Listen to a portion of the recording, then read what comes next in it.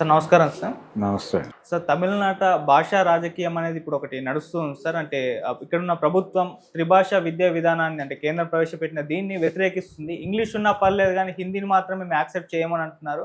చాలామంది అక్కడ సినిమా హీరోలు కూడా దీన్ని వ్యతిరేకిస్తున్నారు. కమల్ హాసన్ గారు కూడా అప్పుడు తమిళ కోసం మేము ప్రాణాలు అర్పించాం. ఇప్పుడు అనవసరంగా దీన్ని భాషా రాజకీయాన్ని చేయకండి అని చెప్పేసి ఆయన కూడా ఏదో మాట్లాడారు. ఈ విధంగా హిందీ వ్యతిరేకత అయితే అక్కడ ఎప్పటినుంచో కూడా ఉంది కదా. అసలు ఎందుకు ఈ వ్యతిరేకత స్టార్ట్ అయింది?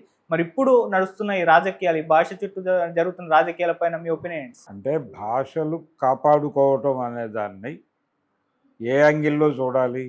వాళ్ళ ఉనికిని కాపాడుకోవటం, వాళ్ళ గుర్తింపుని నిలబెట్టుకోవటం. ప్రతి ప్రాంతానికి ఆ ప్రాంతంలో పుట్టినటువంటి నేటివ్ పీపుల్కి కొన్ని లక్షణాలు ఉంటాయి. ఆ లక్షణాలను కాపాడుకోవటం ద్వారా వాళ్ళు తమ సంస్కృతిని కాపాడుకుంటున్నామని అనుకుంటారు. కానీ ఇలా ఎక్కడికక్కడ ప్రతి సమూహానికి ప్రత్యేకమైనటువంటి సంస్కృతులు ఉంటే మార్కెట్కి కుదరదు. ఎందుకు కుదరదు అంటే ఒక చోట ఒక ఆచారం ఉంటుంది. ఒక వస్తువు తినరు వాళ్ళు, ఒక వస్తువు చూడరు. ఇలాంటిది చూడకూడదు, ఇలాంటిది తినకూడదు, ఇలాంటిది వాడకూడదు అని నిబంధనలు ఉంటాయి వాళ్ళకి. నిబంధనలు ఉన్నప్పుడు అక్కడికి ఆ సరుకులు పట్టుకెళ్ళి ఎలా వ్యాపారం చేసుకుంటారు? స్మగుల్ చేసి రహస్యంగా అమ్ముకోవాలి. రహస్యంగా అమ్ముకుంటే అవతల వాళ్ళు గుర్తుపెట్టి చంపేస్తే ప్రమాదం ఉంటుంది కదా వ్యాపారం చేసుకునేవాడికి. వ్యాపారస్తుడు ఎప్పుడు కూడా రిస్క్ కోరుకోడు. ఒక సులభ మార్గంలో ఒక అవగాహనతో వ్యాపారం చేసుకోవాలనే అనుకుంటాడు. ఈ మార్కెట్ల వేట అనేటువంటి కార్యక్రమం పారిశ్రామిక విప్లవం తర్వాత అనివార్యంగా పెట్టుబడిదారీ సమాజానికి మొదలైంది. ఎందుకు మొదలైంది అంటే యంత్రం అనేది ఒకరోజు ఒక 10 వస్తువులు ఉత్పత్తి చేసి పడుకుని నిద్రపోదు. అది నిరంతరం పనిచేస్తూ ఉంటుంది. ఆ యంత్రం ఉన్న ఊళ్ళో ఒక 10 వస్తువులు అవసరమైతే అది ఒక గంటలో 10 వస్తువులు ఉత్పత్తి చేసేస్తుంది. 100 ఉత్పత్తి చేసాం, ఇంతకంటే అమ్ముకోలేం మనం అనుకుంటే యంత్రం ఖాళీగా పెట్టుకోవాలి. యంత్రం ఖాళీగా పెట్టుకుంటే ఎలా? ఆ యంత్రం కొనుక్కున్నవాడికి నష్టం కదా. అందుకని వాడు రోజంతా ఉత్పత్తి చేస్తాడు. రోజంతా ఉత్పత్తి చేస్తే 100 ఊళ్ళకి సంబంధించిన ఉత్పత్తి వస్తుంది. కానీ వీడికి ఉన్నటువంటి మార్కెట్ ఒక ఊరే. ఆ మిగిలిన 90% ఎక్కడ అమ్ముకోవాలి? అందుకని మార్కెట్లు వేటకి వెళ్తారు. అందులో భాగంగానే భారతదేశానికి విదేశీయులు వచ్చారు. ఎక్కడికి ఏ విదేశీ శక్తులు ప్రవేశించినా మార్కెట్ అన్వేషణకే వెళ్తారు. ఈ మార్కెట్ అన్వేషణలో భాగంగానే ఏదైనా జరుగుతుంది. ఆ ప్రాంతీయ నాగరికతల్ని, భాషల్ని కలిపేసి ఒకే నాగరికతగా మారుస్తారు. ఒకే నాగరికతగా మార్చటం అనేది ఉత్పత్తిదారుడి ప్రోగ్రాం. ఇంగ్లాండ్లో తయారైన ప్యాంటు, ఇంగ్లాండ్ వాళ్ళ ఆహార్యమైనటువంటి ప్యాంటు ప్రపంచ ఆహార్యంగా మారింది. మార్చగలిగారు, బూట్లని మార్చగలిగారు.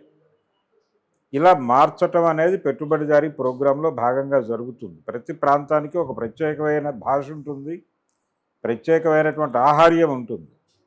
మేము ఇది మాత్రమే ఇలాగే ఉంటామంటే మార్కెట్ ఎకానమీ అంగీకరించదు, చంపేస్తుంది నిర్దాక్షిణ్యంగా. ప్రత్యేక గుర్తింపు అనేదాన్ని చంపేయటమే ప్రస్తుతం ఉన్నటువంటి ఫాసిస్ట్ రాజ్యం ప్రోగ్రాం. నువ్వు హిందూ దేవుళ్ళని కొలుచుకో, లేకపోతే ఇస్లాంని కొలుచుకో, లేకపోతే క్రైస్తవుని కొలుచుకో, క్రీస్తుని కొలుచుకో, తప్పేం లేదు. కానీ నువ్వు చేసే కార్యక్రమాల ద్వారా మార్కెట్కి అదనంగా ఏదైనా లాభం చేకూరుతోందా లేదా? అలా చేకూరితే ఆ మతాన్ని వదిలిపెట్టేస్తారు, ఆ దేవుడిని వదిలిపెట్టేస్తారు. లేకపోతే ఆ దేవుళ్ళని, మతాలని కూడా చంపేసే ప్రయత్నం చేస్తారు. ఇస్లాంతో మార్కెట్ ఎకానమీకి ఉన్న గొడవ అదే. ఇస్లాంలో కొంచెం రిస్ట్రిక్షన్స్ ఎక్కువ, మార్కెట్ వ్యతిరేక విధానాలు అక్కడ కొంచెం ఎక్కువ. ఈ మార్కెట్ వ్యతిరేక విధానాలు ఉండటం, ప్రత్యేక గుర్తింపును బలంగా కోరుకోవడం, ఇలాంటి లక్షణాలని వదులుకొని లిబరలైజ్ అవుతారా లేదా అనేది ఒక అవకాశం ఇచ్చారు వాళ్ళకి. ఈ లిబరలైజేషన్ కంటే వాళ్ళు మరింత ముడుచుకుపోవటం అనేది జరుగుతోంది. దాంతో అసలు ఆ మతంని ఇన్ టోటల్ ఒక ఉగ్రవాద మతంగా మార్చిపడేసి స్టాంప్ వేసి చంపేస్తున్నారు. అదే పద్ధతి ఎక్కడైనా జరుగుతుంది.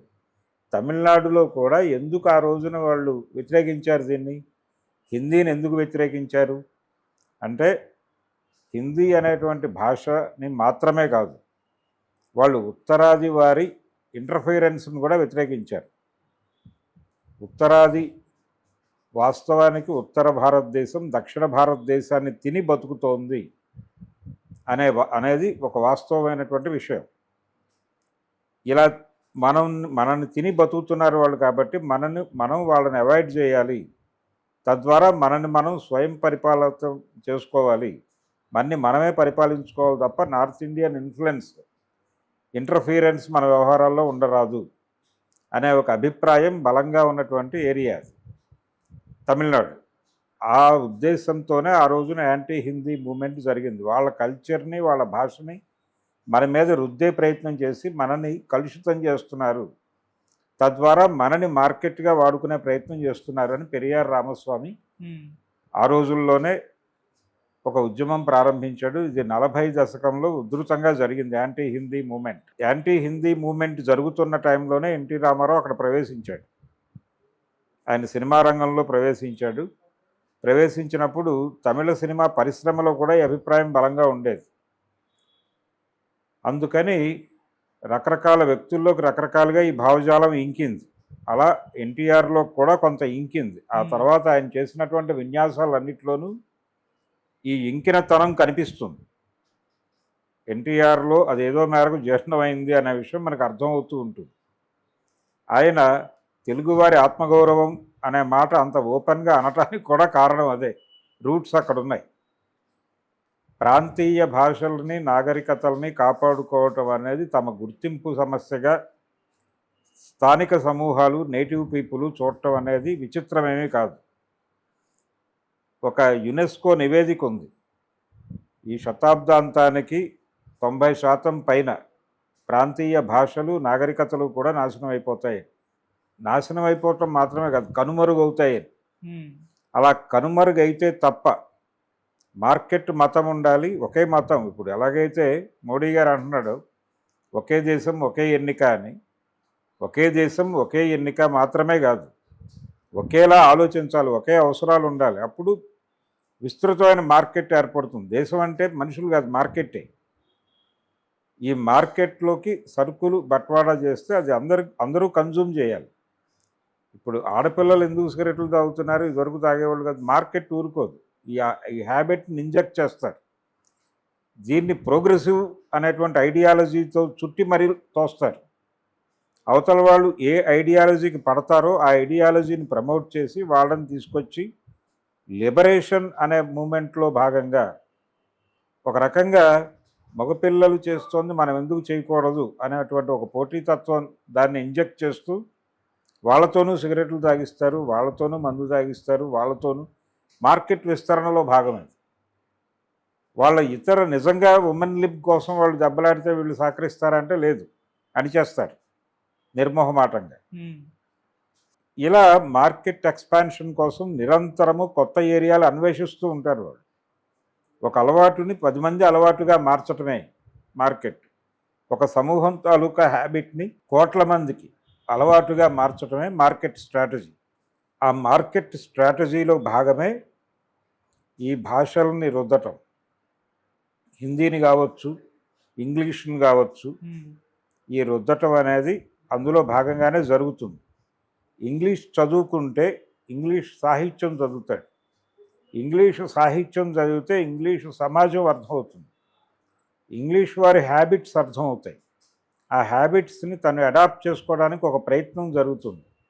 తద్వారా ఆ సరుకులకి ఒక మార్కెట్ ఏర్పడుతుంది. ఇది కల్చరల్గా కబ్జా చేయటం అంటారు. ఈ సాంస్కృతిక పరమైనటువంటి కబ్జా ప్రోగ్రాం అనేది రకరకాలుగా జరుగుతుంది. ఇది ప్రోగ్రెసివ్ ముసుగులోనూ జరుగుతుంది, విప్లవాల ముసుగులోనూ జరుగుతుంది, అస్తిత్వవాద ఉద్యమాల పేరుతోనూ జరుగుతుంది. ఇలా ఏది అవసరమైతే ఆ ముసుగు వేసేసుకుంటుంది.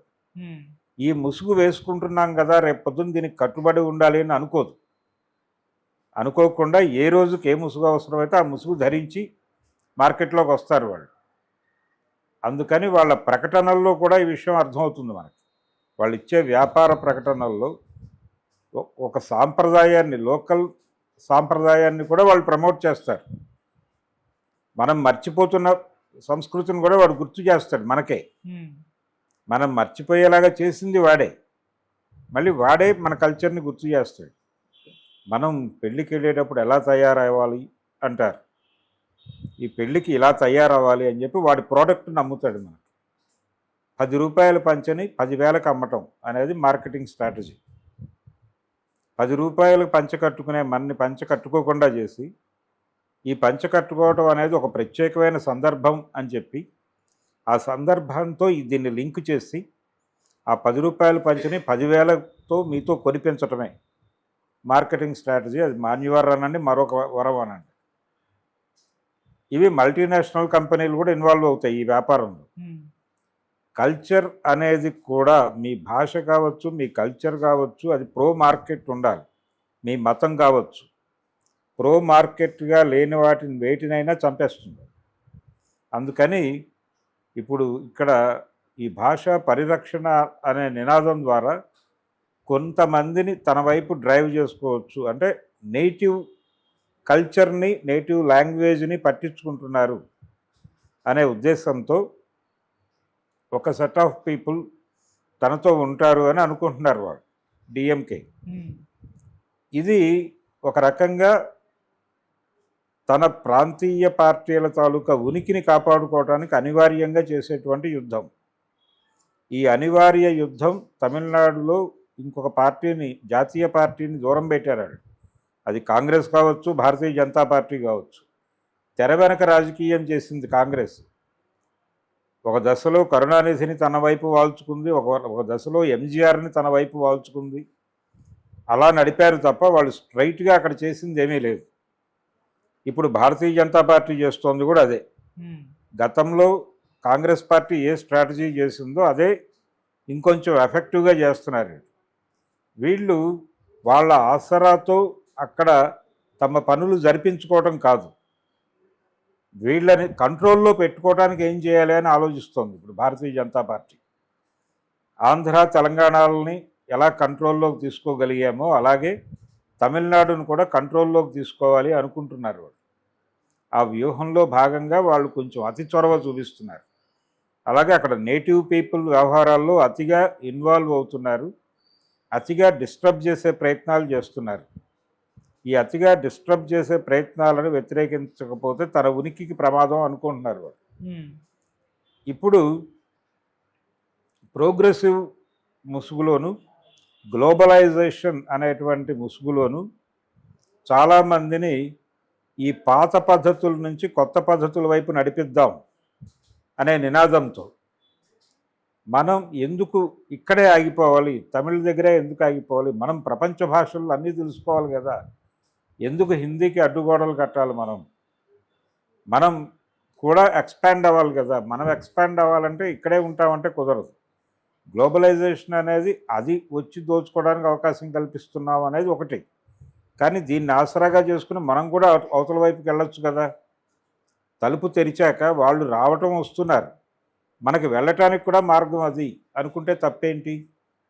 అందుకని ఆ విండోని మనం కూడా వాడుకుందాం అని ఒక సెక్షన్ ఆఫ్ పీపుల్ రెడీ అవుతారు. అది ఎక్కడైనా జరిగేది, ప్రతి కులంలోనూ జరుగుతుంది, ప్రతి మతంలోనూ జరుగుతుంది.